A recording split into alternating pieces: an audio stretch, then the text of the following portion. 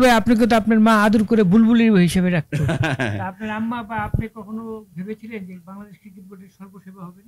না, আমার স্বপ্ন ছিল বাংলাদেশ জাতীয় দলে খেলবো, খেলেছি, ক্যাপ্টেন হয়েছি, ওটাই ছিল আমার শেষ। কিন্তু আল্লাহ পরিকল্পনা করে, তো আল্লাহর রহমতে আজকে আমাকে সভাপতি বানিয়েছে আল্লাহর রহমতে, এবং আমার মা বেঁচে থাকলে খুব খুশি হতেন আজকে। এটা তো আপনার কাছে একটা বিশাল চ্যালেঞ্জ, কিন্তু এই অক্টোবর ইলেকশন হওয়ার কথা, যদি না হয় তাহলে তো আপনাকে আবার অভিষেক টেস্টের মতো টেস্ট খেলতে হবে, সেখানেও কি সেঞ্চুরি মারবেন?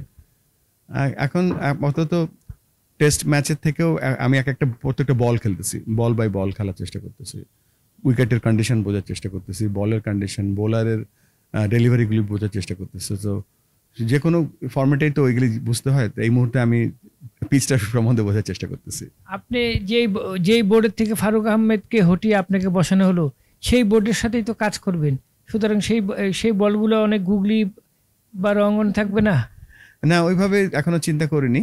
তবে যদি আমার স্কিল থাকে, আমি যদি আপনি নিজেও একটা লেগ স্পিনার ছিলেন এককালে, তো গুগলি যদি কেউ বুঝতে না পারে তাহলে তো সেরকম ব্যাটসম্যানই না। সো ওই ডেলিভারিগুলো বোঝাচ্ছে, দেখে আপনি খেলবো। তো আবার দুসরা ভালো বুঝেন, কারণ আশরাফুলের অভিষেক টেস্টের সেঞ্চুরিতে আপনি ছিলেন। মুরলির ওই সময়। মুরলার যে দুসরাগুলো দিচ্ছিল, আশরাফুল বলেছে যে বুলবুল ভাই আমার অনেক গাইড করেছে। আপনি বিশ্বাস করবেন না যে আমাকে আবার গাইড করেছিল আমাদের তৎকালীন টিমের 11 নম্বর ব্যাটসম্যান মঞ্জু আমাকে বলছিল যে মুরলির দুসরা খেলতে হলে আপনি মিডল স্টাইল গার্ড দেবেন।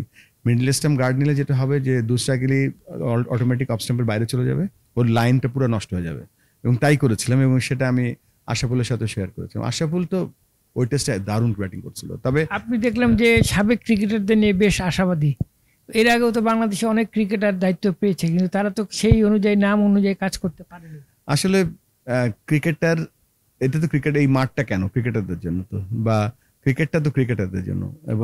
এবং আজকাল যেহেতু ক্রিকেটটা অনেক বড় একটা ইন্ডাস্ট্রি হয়ে গেছে, এখানে আপনার অ্যাডমিনিস্ট্রেটর দরকার হয়, এখানে আপনার কমার্শিয়ালের দরকার হয়, এখানে মিডিয়ার দরকার হয়, এখানে মার্কেটিং দরকার হয়। তো এগুলো হচ্ছে এই ক্রিকেটকে সাপোর্ট করার জন্য।